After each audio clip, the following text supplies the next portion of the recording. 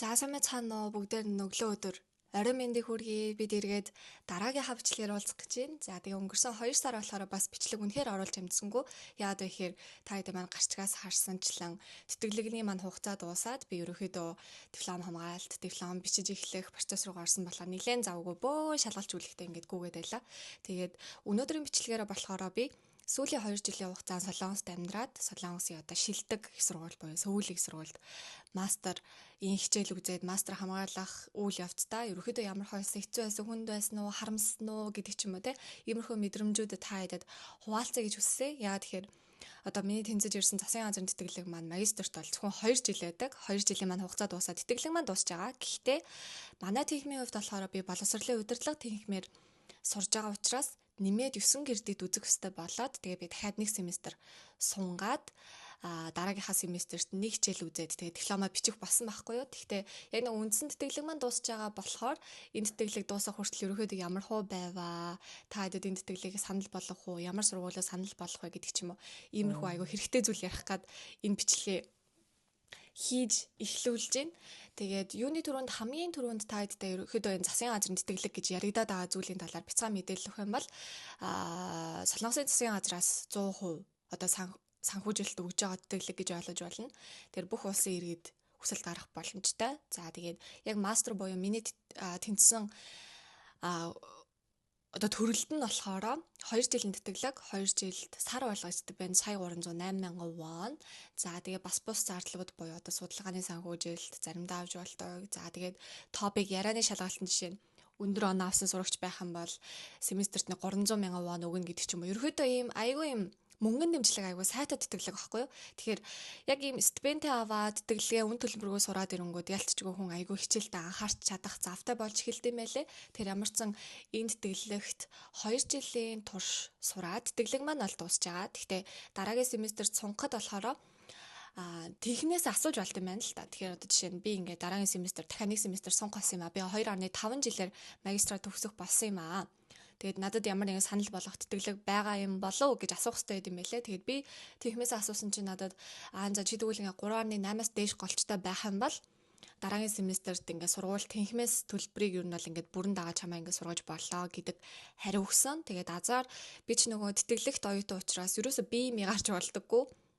Сануулга 1 оноо гэж өгд юм байлээ л та. Чин бигээс доошоо гарах юм бол тэгээ 3 оноо аваад сануулга авах юм бол ер нь л одоо тэтгэлэг байхгүй болно гэдэг ч юм уу те. Ийм эрсдэлтэй. Тэгээд азар миний голч 4 голчоос одоо хүртэл 3.9 голчтой байгаа. Нэлээд өндөр гэсэн үг. Тэгээд 3.9 голчтой байгаа гэдгсэн чинь за тэгвэл ингээд шууд тэтгэлгийг чи өгч болно. Ингээд 7 сард ингээд аплай дараа. Тэгээд дараагийн семестртээ суугаад төгсөөрэй гэдэг хариу өгсөн. Тэгээ азар би дараагийн семестр ч гэсэн мөнгө төлөхгүй тэтгэлэг Сөүлийн сургуулийн техникийн тэтгэлгийг аваад ингээд төгсөх болсон байгаа. За тэгээд тэтгэлэгний хувьд бол нэг иймэрхүү ийм азтай маш гоё одоо нэлээд давуу талтай тэтгэлгээр ямар ч 2 жил маш тухтай аюу хичээнгүү сайн суралцаж чадлаа гэж юу нь бол хувьдаа өөрийгөө дүгнэж байгаа. Тэгээд яг өнгөрсөн 2 жилийн хугацаанд засгийн газрын тэтгэлгээр сурахад яг ямар байсан, харамссан уу, хэцүү байсан уу? Тэр цэцмаа энэ Сөүлийг сургууль шүү дээ, тэ. Солонгост нэгт жагсаад байгаа энэ сургуульд сурахад ер нь бол яг ямар байсан бэ гэдэг талаараа та хэдтэй бас хуваалцъя гэж бодсон дараагийн хэсэгт. Тэгэхээр 2 жилийн өмнө буюу 2023 оны 9 сард би Солонгост анх удаа ирж үзсэн. Өмнө нь бол би нөгөө мэрэгжилмаа солонгос хэлний багш орчуулагч учраас мэдээж топик 6 оноотой. За тэгээд бас бус солонгос хэлтэй холбогдолтой ажлын экспириенсүүд ер нь бол тодорхой хэмжээнд байсан. Гэхдээ нэг тийм амар их бол биш. За тэгээд одоо нөгөө тэтгэлэг тэнцгэд нэг тийм сайн дурын үйл ажиллагаанууд гэж байдаг шүү дээ, тэ. Надад болохоор яг үнийг хэлэхэд сайн дурын үйл ажиллагаа баг нэг ганц 2 хон л байсан. Тэгээд бусад миний явуулсан зүйлүүд юу байсан бэ гэхлээр одоо солонгос хэлтэй холбогдолтой хийсэн ажлуудын тодорхойлолтууд, одоо аялын компанид ажиллаж исэн менежер, орчуулагч. За тэгээ сургалтын төвд ажиллаж исэн багш. За тэгээ би яг тэтгэлэгт анх хүсэлт гаргахтаа болохоор өөрийнхөө сургалтын төв буюу хөрхий төв гэдэг сургалтад аялал хэдийнэ нээгээд нэг 200 орчим сурагчд сургацсан 100-д орчим сурагчдаа топик оноотой болгоцсон нэг хөөрхөн тодорхой хэмжээнд амжилттай байсан. Тэгээ бүх тэр мэдээллүүдээ нэгтгээд ерөөхдөө бол тэтгэлэгтээ хүсэлтээ гаргаад азар тэнцээд Сөүлийн сургуулийн одоо education administration буюу боловсролын удирдлагын техникт орсон. За тэгэл чи одоо тэнцсэн болохоор заст очил стаалантай амар мундаг оюутан байгаа л бүр тултлан сураад төгснө гэсэн бодолтой байсан. Гэхдээ яг бодит байдал дээр ирсэн чинь энэ ч одоо сөүлийг сургууль шүү дээ, тэ. Ранкаар дэлхийд 41-т явж байгаа Солонгост топ 1. Тэгэхээр энэ хүмүүсийн дундаж чадвар хэрвээ гэдгийг би ерөөсө бодоагүй байсан юм байлээ. Тэгэл очиад баг хамгийн лаг оюутнууд бол ерөөсөө ингээл одоо конференс эдэрт ороод ингээл тэлтгэл эдэр тавиал. Ер нь бол алнаал гэж бодсон заяа. Гэхдээ яг үүндээ ирсэн чинь манай ангид насны хувьд жишээ нь надтай айгүй насны зүрх айгүй ихтэй хүмүүс байсан. Жишээ нь миний хувьд болохоор 2022 онд бакалавра төгсөөд 1 жил Монголд сургалтын төвөө байгуулж ажиллаад шууд ирсэн байхгүй юу. Түнгүүд манай ангид болохоор ер нь л хөвчлэн 30 нэмэх. За тэгээд 40 нэмэгч байгаа, 50 нэмэгч байгаа. Тэр хүмүүсийн ингээд ажлын дундаж туршлагыг нь хараад үзэх юм бол Солонгосын боловсролын яамд 10 жил ажилласан. Ах байсан. Жишээ нь 42 таах байсан баг. Тэгснэ одоо сургуульд 10 жил багшилсан, сургуульд 15 жил багшилсан, Японы их сургуульд ассистент одоо багшаар 5 жил ажилласан. За тэгэл ер нь бол юм айгүй юм ажлын туршлага маш ихтэй тийм юм байсан. Тэгээ би орсныхаа дараа ер нь бол ингээд айгүй би ямар эрт магистр хийх гээд ирчвэ гэж яг бодсон юм байлээ. Би ч юм болохоор ер нь бол магистраа гээл гасараасан докторыг гээл гэдэг ийм нэг бодолтой байгаадсэн чинь одоо бол би доктороо бүр нэлээд хойшлуулахаар байсан. Яа тэгэхээр ер нь бол яг ингээд судалгаа хийж байгаа магистр докторт орж байгаа тохиолдолд ажлын туршлага аюул чухал юм байлээ. Жишээ нь миний хувьд өөрөө л сургалтын төв ажиллуулж ажилласан ажлын туршлага байсан болохоос ш ямар нэгэн ерөнхий боловсролын сургуульд ажилласан туршлага. За тэгээд одоо боловсролын яамч яах вэ? Ер нь бол тийм яг ийм албан ёсны гэх юм уу? Яг тийм ажлын туршлага өрөөсө байхгүйсэн болохоор энэ нэг бодлыг надад аягүй сул тал болсон юм шиг санагдаад байгаа. Хэрвээ би нэг 30 гараад мастер хийсэн бол би яг өнгөрсөн 2 жилийг бодвол бүр илүү сайн ойлгож бүр ингээм амтанд нь орж сурч чадах байсан байх та гэж би аягүй бодож байгаа. Тэгэхээр бас магистр доктор за яг доктор бол арай өөр асуудал баг. Магистр хийх гэж байгаа. Одоо яг над шиг ийм 25 төгсөж байгаа 25 хүрээчгүй те. Залуу охтууд маань, залуучууд маань байх юм бол сайн бодороо манайха ажлын туршлага сайн байх тусмаа ерөөхдөө магистр ивэл надад бол айгүй зүгээр санагцсан. За тэгээд 2 жил сурахад яг мэдрэмжийн хувьд ямар байсан бэ гэх юм бол одоо шилэг цаая гэж ярьдэн штэ. Чадварын ял аюух байсан. Жишээ нь тэр хүмүүс судалгааны ажил маш ихтэй одоо яг ингээд харьцуулж үзэх юм бол тэр хүмүүс яг энд байгаа хгүй. Судалгааны ажил маш их хэмжээгээр хийж үзсэн хүмүүс байсан. За тэгэл одоо дата одоо юу гэдэг нь дэс дата одоо чанарын судалгаа маш олон судалгааны туршлагатай хүмүүс байсан. Тэнгүүд би яг өөрийгөө дүнстэй би яг хаанаас юм бэ гэхээр би яг энд байсан. Одоо би нэг энэ хавцал байгаа бах ер нь л. Тэгвэл надад болохоор ямар нэгэн судалгааны ажлын туршлага, эрдэм шинжилгээний хурлын туршлага гэдэг ч юм уу тийм огт байгаагүй. Тэрнээсээ болоод яг юм өөртөө итгэл айгүй алдагдаж эхэлдэг юм байлээ. Бусад одоо ахагч нар маань надаас мэдээж мундаг байх нь ойлгомжтой. Гэхдээ тэрийг нэг өөрөө жоох ингээ хүлээн зөвшөөрөхгүй ч юм уу те. Би энээс илүү сайн байж чадах байсан шүү дээ. Би ямар муу байна гэдэг мэдрэмжээсээ болж эхний 2 семестр яг үнэхээр аягүй хэцүү байсан. Тэгээд яг энэ дээр би юу хэлэх гээд байна гэхээр үнэхээр одоо сэтгэл зүйн байдлын хувьд дарамт шахалт багтай сурах гэж бодох юм бол одоо Сөүлийн сургууль, Кореадэ, Юнсайдэ ч юм уу те. Иймэрхүү сургуульд ер нь бол орохгүй байх нь зүгээр манайха.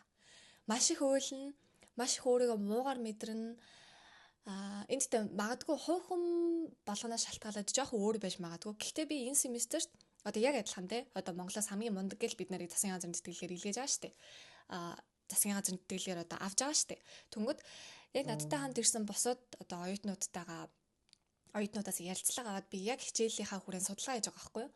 Мөнгөөр хагсан дээрээ хагав зогийн орон хүн буюу одоо Монгол оюутнуудын хичээлийн хүрээнд мэдэрч байгаа тэр одоо бэрхшээлтэй холбогдлолтой судалгаа хийж байгаа. Тэгээд гисэн чинь бүгд яг адилхан байсан.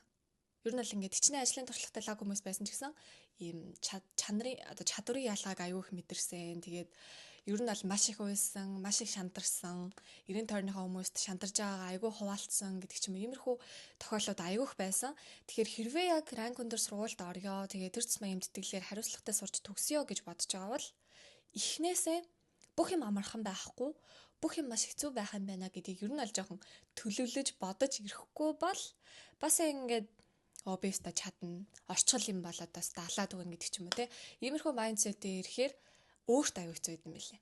Тэр одоо бол би ер нь бол харьцангуйд ажиг болж байгаа. Гэтэ яаж харьцангуйд ажиг болж байгаа гэхээр би нөгөө яг юм сэтгэл зүйтэй холбоотой хичээлүүд аягүй их семестрт авсан байхгүй. Тэгээ нэг хичээл дээр маань заавал ийм ганцаарсан сэтгэл зүйн зөвлөгөө авах хэрэгтэй гээл. Тэгэл тэрэн дээр очиж яриад гоо ингээ зөвлөгөөнөө сонсонгууд одоо бодонгууд Би чинь Монгол улсын тэ лаг хувийн сургууль төгсөөгүй, лаг их сургууль дөрөөсөө орж төгсөөгүй. Тэгэд миний мэрэгжлийн хувьд болохоор зүгээр яг гадаад талын багш орчуулагч мэрэгжилтэй учраас бид нарт ямар нэгэн тийм судалгааны ажил хийх яг үнийг хэлэхэд боломж өрөөсөө байгаагүй. Тэр цэцмэ ковидын үеийн төгсөгч болохоор тийм академик үйл ажиллагаанууд нэг сая хийгээгүй байсан. Тэгэд одоо би яг тэрийгэ бодонгод Солонгос одоо ах эгч нар маань те 10 жилийн ажлын туршлагатай хүмүүс яаж ч надаас хэд мянга дахин илүү байхаа нугасаа ойлгомжтой юм байна гэд айгүй юм хүлээн зөвшөөрсөн үе дээрээ байгаа. Тэгэхээр би яг энэ кейсүүдээр дамжуулж юу хэлмээр байна вэ гэхлээр сүүлийн үед нөгөө нэг топик 5 6 гэдэг групп дээр энэ сургуульч сайн, энэ сургуульч муу, качон битгий сур, бизнес сургууль сөүлдээд айгүй мондгууд нь орд юм байлээ чи чадахгүй гэдэг ч юм уу те. Иймэрхүү нэг постууд ингээл айгүй вайрал болоод яваадсэн шүү дээ. Тэр би яг энэ дээр юу хэлэх гээд байна гэхэлэр хэрвээ ажил хийгээд ажил хийхийнхаа хажуугаар магистр сурна гэж бодож байгаа юм бол ранг дундаж ба түүнээс доогуур сургуульд орсон дээр. Ер нь бол өөрийгөө зовоогоод хоёр зүйлийг зэрэг амжуулна гэдэг аюу хэцүү. Уусаа худлаа юм байлээ. Тэгэхээр яг хэрвээ ажил хийгээд мөнгө цуглуулангаа магистр сурах гэж байгаа те би нэг амар академик амжилт бол нэг бодохгүй байгаа гэж бодох юм бол яг тэр ранг дундаж болон ранг доогуур сургууль сурсан дээр. За тэгвэл амбиц өрөөхөд нэлээд өндөртэй. Гэхдээ бас тодорхой хэмжээнд тэр хэмжээнд өөрөө потенциалтай гэж өөрийгөө дүгнэж байгаа юм бол одоо жишээ нь би сөүлдээ сурч төгсчөөд доктороо Америк явна, Австрали явна, одоо Канада явна гэдэг ч юм уу. Иймэрхүү том зорилготой байх юм бол ранг өндөртэй сургуулиуд руу орж төгсөн манай хамаагүй дээр юм билээ. Яа тэгэхээр би одоо 2 жилийн турш сураад яг дараагийн семестр төгсөн л тоо би. Гэтэ яг үндсэн хичээлүүд маань бол багы дууссан болохоор 2 жилийн хугацаанд сурахтаа би юуг айгүйх ойлгосон бэ гэхлээр ранг өндөртэй сургуулиуд яг үнийг хэлээд профессорын ялгаа айгүйх байд юм билээ. Чи манай тиймд 3 профессор байдаг. Бусад тиймтэй харьцуулахад айгүй бага тооны профессорууд байдаг. Тэгээ бүгдээрээ яг сүүлдээд бакалавр хийгээд, сүүлдээд магистр хийгээд нэг одоо яг эдийн засгийн маань багш маань болохоор сүүлдээд бакалавр хийчээд Америк руу явж магистр доктороо хийгээд бусаад их сүүлдээд ирсэн. Гэхдээ шууд профессор болохоос өмнө яг боловсролын яамд 20 жилийн ажлын туршлагатай ийм багш байдаг. Тэнгүүд ранг өндөр байгаа сургуулиудын багш нар их тохиолдолд яг Солонгост ч тийм Солонгост бол их тохиолдолд доктороо эсвэл магистраа хоёулангийн ч юм Америкт аягүй хийсэн хүмүүс байдаг. Тэгэхээр зөвхөн нөгөө Солонгост байгаа experience биш Америкт бол ийм байлаар хичээл орд юм а тий. Америкт бол бид нар ингэж хичээл хийдэг байсан гэдэг ч юм иймэрхүү юм. Зөвхөн академик тал дээр биш хувь хүний хөгжил тал дээр, хувь хүний ерөөд амьдралын чанар тал дээр аягүй их зөвлөгөөнүүдийг би сонсож чадсан гэж бодож байгаа. Жишээлх юм бол одоо яг манай Чидэг Хёсоны буюу үндсэн профессор маань болохоор надаас хизэж хичээл яаж ийн, диплом яаж ийн гэж юус асуудаг. Амар сонио. Тэгээ надаас юу асуудаг вэ гэхлээр чиний нөгөө бизнес чи яаж ийн, цаашдаа юу хий гэж бодож ийн. Энийг ингээд хийгээд үзэл зүгээр юм биш үү? Одоо жишээ нь би бол тань мэдэж байгаа шүү дээ. Би Солонгосын сургалтын төв ажилладаг хүн. Тэгээд цаашдаа ерөөхдөө бол энийг нэлээд том болгож ажиллуулах амбицтай байгаа. Тийм болохоор би боловсролын удирдлага гэдэг мэргэжлэр сурсан байхгүй юу?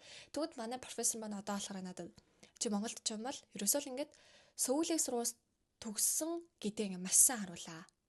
Энэ бол ерөөсөө юм жирийн энгийн амжилт ерөөсөө биш шүү. Тэр ч маа одоо ингээ Монголоос ирж байгаа те. Ийм тохиолдол бол чи ингээ Сөүлийг сургууль төгссөн гэдгээ маш сайн ингэж хүмүүст харуул.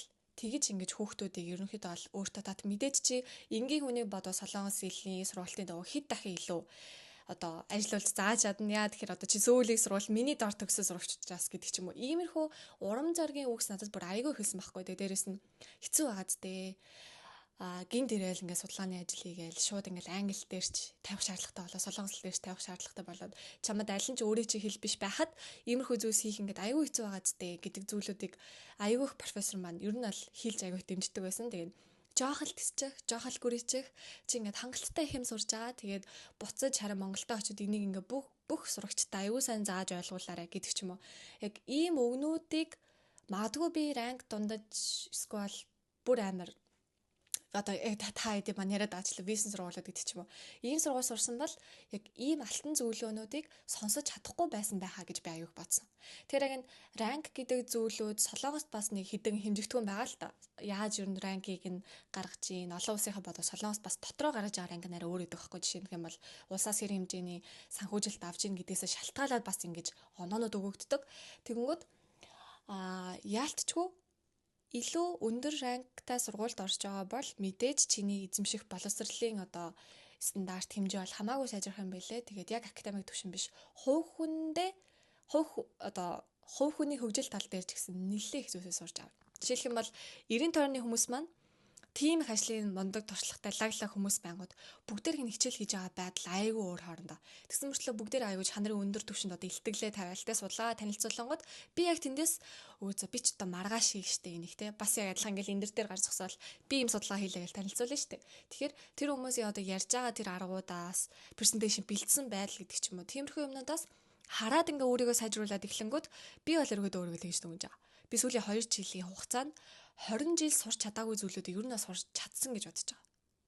Тэгэхээр эндээс харахад ч гэсэн амбиц өндөртэй байгаа бол солонгос сурах гэж байгаа л төрсэн ба. Ялцчгүй ранг өндөр сургуулиудад орвол илүү зүгээр. Гэхдээ яг эсрэгээрээ ажил хийя, зүгээр мөнгө хураая. Гэхдээ надад одоо виз хэрэгтэй байна. Би ер нь сурах хэрэгтэй байхаа гэж бодож байгаа бол дундаж болон доогуур сургуульд орсон дэш юм байна. За тэгээд энэ хэсэг дээр болохоор би 2 жил суралцахад ерөөхдөө ямар байсан айгу хуваалцах гэж хичээлээ. Тэгээд хэцүү байлаа, уйллаа. Ерөөсөө тийм амар амархан зүйл л ерөөсөө байгаагүй. Тэгэхээр 90 тойрны чи хүмүүс хэрвээ яг Янсай төгссөн, Кореяд төгссөн, Сөүлдээ төгссөн гэх юм бол мундаг байлаач гэдэг юм уу те юм нэ жоох урмын хилээд өгөөрэй. Яа тэгэхээр бас чанартай хүмүүстэй айгүй өрсөлдөж хийж байгаа болохоор биднэрт ерөөсөө амар байгаагүй, амар байхчгүй байх цааштай ч гэсэн ерөөхдөө хэрвээ энд яг доктор хийгээд явах юм бол тэгэхээр маш их хөдөлмөрлсөн өдөрт 4 цаг унтах, 5 цаг унтах, шүнжэнгөө уйлж юмнаа бэлтэж аваад маргааш нь очиод илтгэл тавих гэдэг ч юм уу ингээд айгүйх процессыг туулж энэ сургуулийг төгсөж байгаа учраас бас жоохон үнэлээрэ гэдэг ч юм уу те иймэрхүү зүйл хийхийг хүссэн. За тэгээд хамгийн сүүлийн 4 дахь хэсэг дээр болохоор би энэ тэтгэлгийг ерөөхдөө бусдад санал болгох уу гэдэг тал дээр өөрийнхөө бодлыг бас хуваалцъя гэж бодож байна. Засгийн газрын тэтгэлгийг би яг үнийг хэлэхэд бол бүр жоохон байхдаа мэддэг байсан. Жоохон байхдаа гэдэг маань одоо 10 жил төгсөхдөө 10 дахь ангид 11 дахь ангид. Тэгэд миний хувьд болохоор би ямар нэгэн байдлаар шууд мөнгөний төлөөд хэлний бэлтгэлд явах гэдэг ч юм уу. Ямар ч тийм боломж байгаагүй. Тэгээ одоо батлан даагч магч хэрэгтэй болдог. Надад яг тийм батлан даалт хийж өгөх хүнж гэдэг юм уу те. Яг тийм жоохон асуудалтай байсан.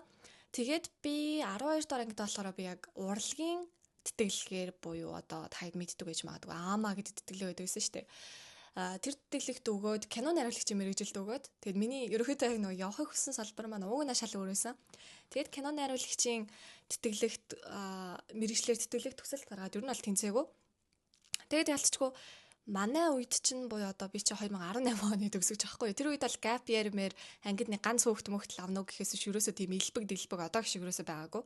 Тэгвэл яг гэрийнхэн маань зүгээр гэс сур ямар ч хамаагүй сургуульд ороод гэс сурчгаа тэгээд магистра хийхгүй юу гэд. Тэгээд би яг явж байгаад хүмүүнлэгт солонгослын багш орчуулагчийн ангид орох юм бол ерөөхдөө солонгос лээ ч гэсэн дажгүй бэлтчих байх. 1 жил сурж агаад дахиад тэтгэлэгтэй хүсэлт гаргаад явъя гэж бодсон чинь 1 жил сурсны дараа болохоор би айгүй юм солонгос хэл заах, багш хийх те ийм салбарт айгүй юм хүсэл эрмэлзэлтэй байгаа анзаараад тэгээ за угаасаа жоохон эрт төгссөн үеийнхнийхээ бодвол айгүй насны хувьд айгүй эрт төгссөн байсан болохоор тэгвэл 4 жил сурчаад магистртаа явъя гэдэг жийсэн. Тэгэд дараа нь 4 дахь курстай яг сүүлийн сургуульд энэ хийгэмдээ хүсэлт гаргасан. Embassy tracker биш. Гайгүй хаби өстө тэнцчих байлуудаа намайг авчих байлуудаа гэл ингээл амар өөртөө ихтэй хүсэлт гаргаад унсан.